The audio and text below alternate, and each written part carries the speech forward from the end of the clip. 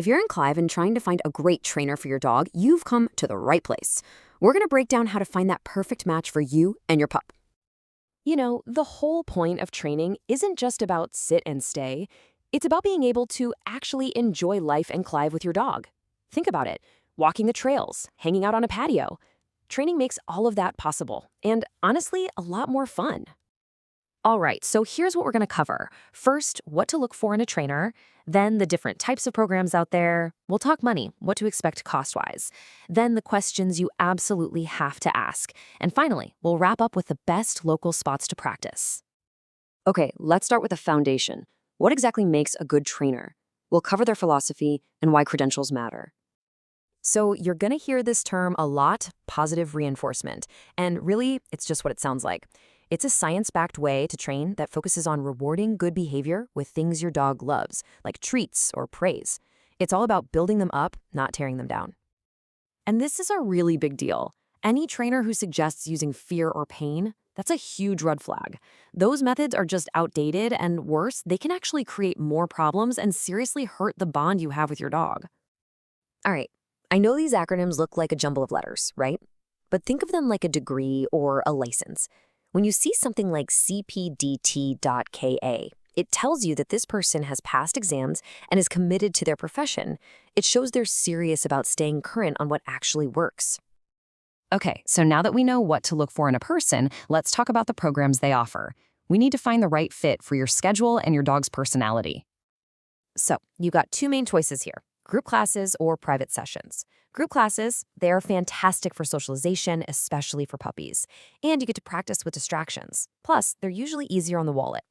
But if you have a specific issue, like your dog goes nuts when the doorbell rings, that's where private one-on-one sessions are amazing.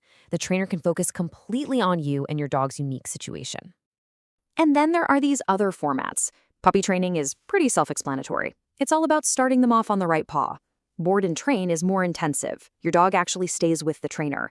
And day training is kind of a mix, where they get trained during the day and come home at night. These can be great options, but remember, you'll still have to do the homework to make the training last. All right, let's talk about the cost. What kind of budget should you be thinking about for training here in Clive? So what are the going rates for dog training around here? Let's look at some typical numbers. Okay, so as you can see, there's a pretty wide range. A 6-week group class might run you a couple $100. Private lessons are usually charged by the hour. And then you have the big ones, like a 2-week board and train, which is a significant investment.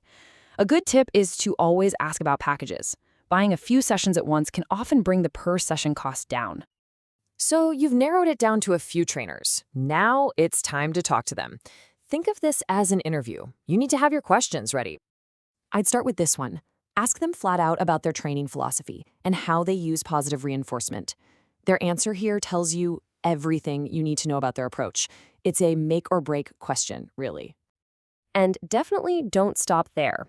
You'll want to ask about their credentials, right? And how they'll create a plan specifically for your dog, not some cookie-cutter approach.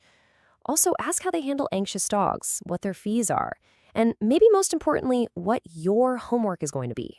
Training is a team effort. All right, let's tie this all back to our community. Knowing the local rules and having some great spots to practice can make all the difference. So here are a few key rules for Clive. The leash law is a big one. Your dog has to be on a leash no longer than 6 feet when you're off your property. That's exactly why practicing that loose leash walking is so useful. And of course, keeping that rabies tag on the collar is a must. The nuisance barking rule is also something to be aware of. Okay, this is where it all comes together. It's time to take what you've learned and put it into practice out in the real world. And we've got some great spots here in Clive. Campbell Dog Park is perfect for working on recall in a safe, fenced-in area. The Clive Greenbelt Trail is awesome for practicing walking nicely on a leash with lots of distractions. If you need somewhere a bit quieter to start, the Walnut Creek trails are a great choice. And for more advanced stuff, Raccoon River Park gives you tons of different environments to work in. So at the end of the day, finding the right trainer is about finding a partner, someone who uses kind, effective methods to help you and your dog have the best possible life together right here in our community. So are you ready to build that amazing bond with your dog? We hope this helps you get started. Seriously, good luck with your training. Having a well-behaved dog opens up a whole new world in Clive. You'll be able to enjoy your home, your neighborhood, and all our amazing parks and trails with your best friend right by your side.